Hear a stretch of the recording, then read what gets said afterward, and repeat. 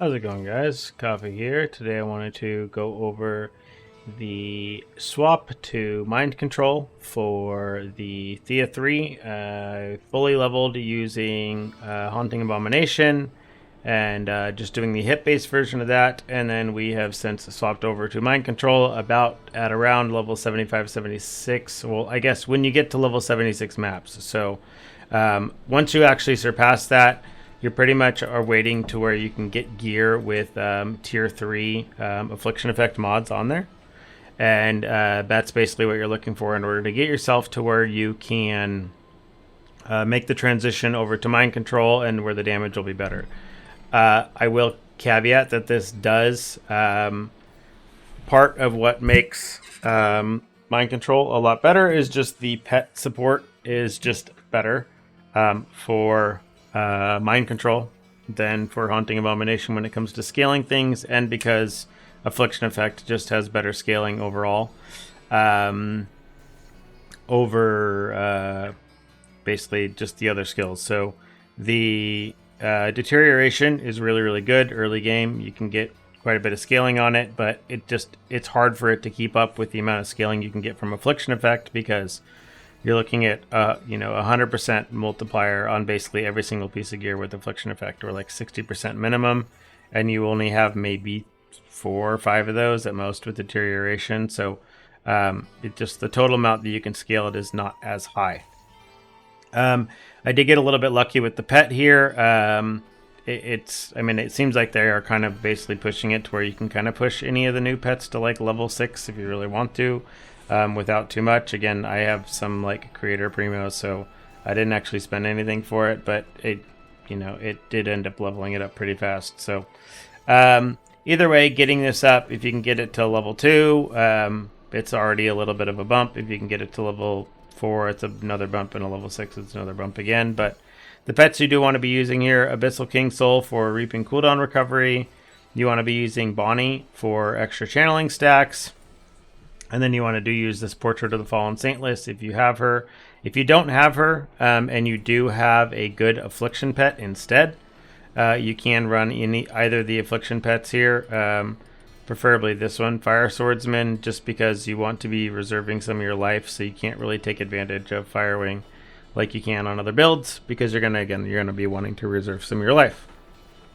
So for the build itself, you can see here the gear that I have, nothing crazy.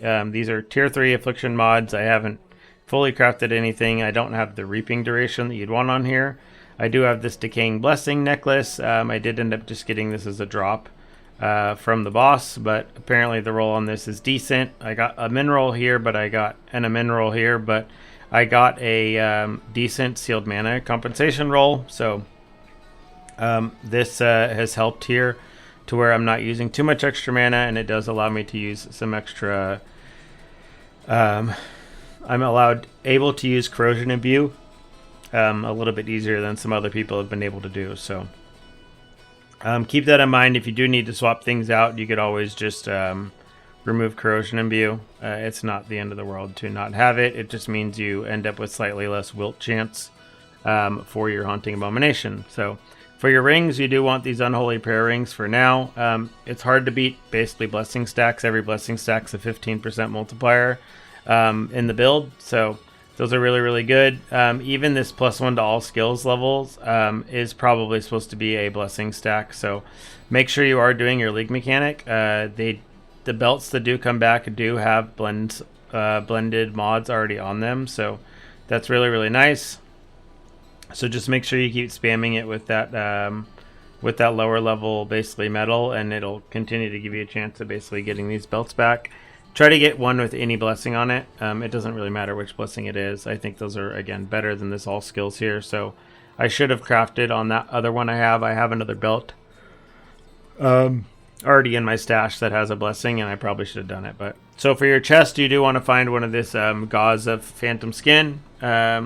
This is the best chest that we can have for our build, just because the 3 blessing stacks are not beatable at all. So same for the gloves here. Again, T3, T4 affliction effect. You want to basically search for those. Add a filter to be searching for it as you start to prepare to get to play this. Then you have King's Boon. To me, the only important stat on this that matters is movement speed. You have enough damage. It really doesn't matter. If you want to min-max these, get some with good movement speed as well as a good reap on there. So you have like one with a low cooldown.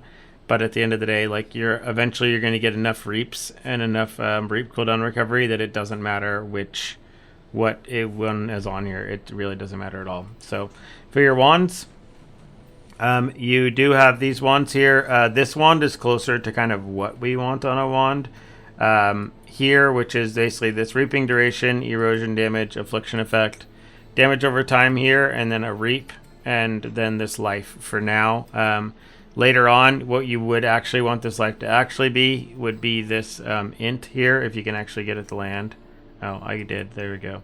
So this is actually closer to what you do want early on right now. We do probably want a higher level of this damage over time, but I didn't have these other things earlier when I was doing this, so I couldn't actually craft this. The reap level that we have on this is not really the end of the world. You can just leave it, or you can try to click it over. It depends on how much stuff you have. Oh, cool. That clicked as well.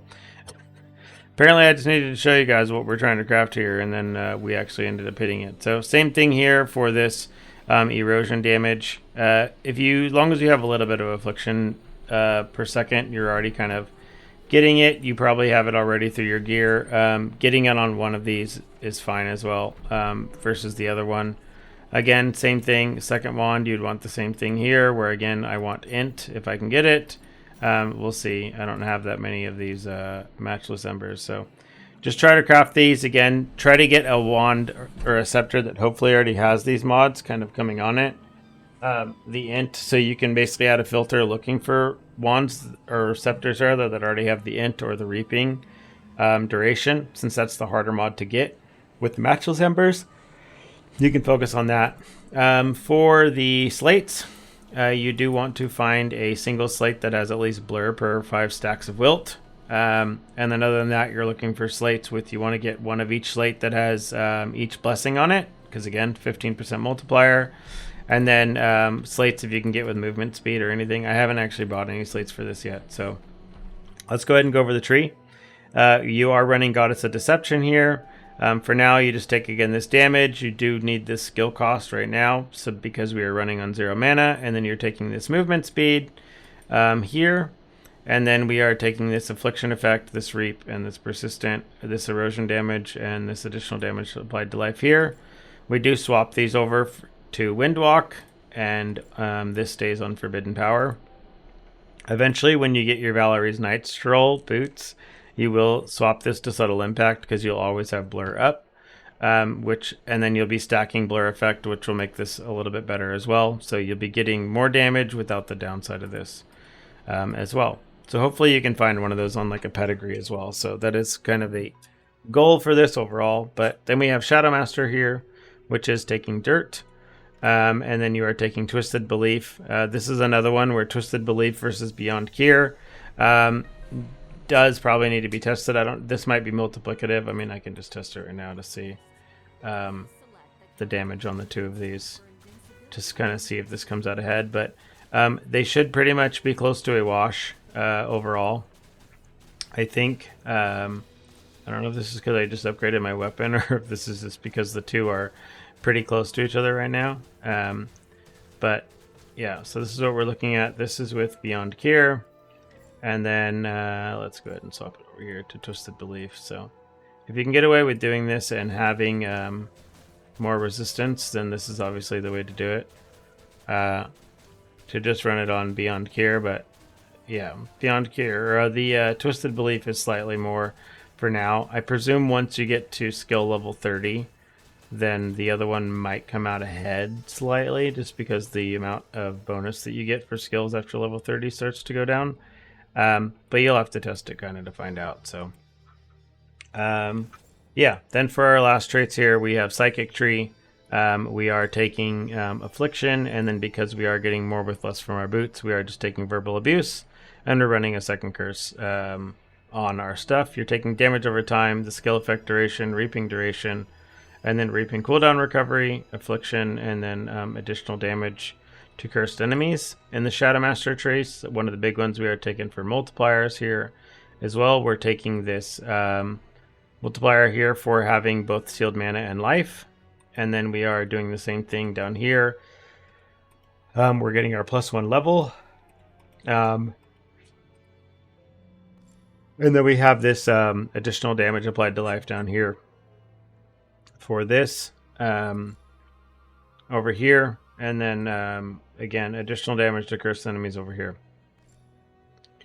So for the actual skills themselves, we are using Haunting Abomination. This is mainly to proc Wilt for our Blur, to proc Grudge, so we can get Paralyzed, which increases the damage that the enemy takes by 15%, as well as Reaping Agony, so we can reap. The Ground Divide is just additional damage. If you don't have enough energy for a 5-link, take off Ground Divide, leave these other things on. Or again, if you don't have the room to be able to run Corrosion Imbue and you need base Wilt, then what you can do is you can actually just put 1 point right here to add 1 base Wilt damage, which will cover it to where you don't need to have any base Wilt, and you basically don't need to run Corrosion Imbue anymore at that point. So you can take it off at that point, and you don't need to worry about it. Then we have Blurry Steps here with cost conversion, because you don't have enough mana to cast it. Otherwise, you want it with either extended duration or cooldown recovery. One of the two. It's probably honestly better with cooldown recovery, because then it means you're casting it more often, which means it's going to proc Well Fought Battle more often or faster every time you start the map. And then we have 2 curses here, Entangled Pain and Corruption, both with Terrain of Malice, Preparation, and Extended Duration. This is basically getting their durations up to basically the amount of time that prep is, which is 8 seconds on both. And then for Mind Control, we have it with Guard, Cataclysm, Control Spell, Reaping Agony, and Passivation. So Passivation, really, really big multiplier on it. You don't need the Wilt on this. You're basically letting Wilt occur from other things, and like you can't hit with this anyways. So it's just dealing damage over time. It doesn't have a hit component to it. So it can't proc Grudge, and it doesn't proc Wilt anyways. So it's a Passivation is the perfect thing for the skill. Again, for the supports here, we are running Corrosion Imbue. You don't need to be running this. I can probably already get rid of it, and it wouldn't really change anything. It's mainly just for the Wilt chance to get more Wilt right now. Then we have Erosion Enhancement with Aura Amp Restrain, Spell Amp with Restrain Aura Amp, and then we have Swiftness with Restrain and Seal Conversion. Yeah, that's pretty much what we have. I'll go ahead and I'll showcase a map here for you guys to kind of see what we're doing here, and then I will send you on your way. So let's let's do our normal one that we always do. Demiman Village. This is only in like a tier 6. I was streaming stuff, and I just haven't been doing things fast enough. But so let's go ahead and kind of showcase here what you're doing. Again, 200 million damage is quite overkill for T6, for T7. I mean, it's enough damage already for T8. So this is more so just about basically running the maps to get there. And we will basically already be in tier 8. So that would be nice.